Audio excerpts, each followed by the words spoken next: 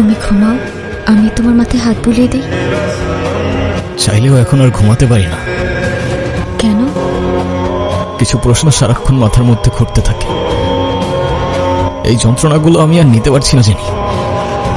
আমি পারলাম না তোমাকে আগলে রাখতে। তুমি তো আগলে রাখতে চেয়েছিলে, কিন্তু ওরা তো। আমাকে মাফ করে দাও। মাফ করে দাও মানে? 4টা বছর পরে সে এখন তুমি মাফ চাচ্ছ? হাল ছেড়ে দিচ্ছ? তো আমি আর কি করবো, আমাকে একটু বলবা? একটু বোঝার চেষ্টা করো। তোমার আর আমার ধর্মটা আলাদা জেনি। তোমার ফ্যামিলি কখনোই আমাদের সম্পর্কটা মেনে নেবে না।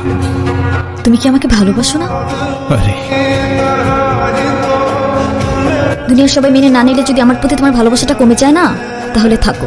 তাহলে আমার কি হবে? তুমি তো আর আমাকে ভালোবাসো না। বাসি, অনেক ভালোবাসি। পরিবার তো মানবে না। না মানুক? সমাজ কি বলবে? সমাজের বাইরে চলে যাব। কত দূর? যতদূর গেলে তোমার আর আমার ছোট্ট একটা সংসার হবে। আগলে রাখতে পারবে? সারা জীবন।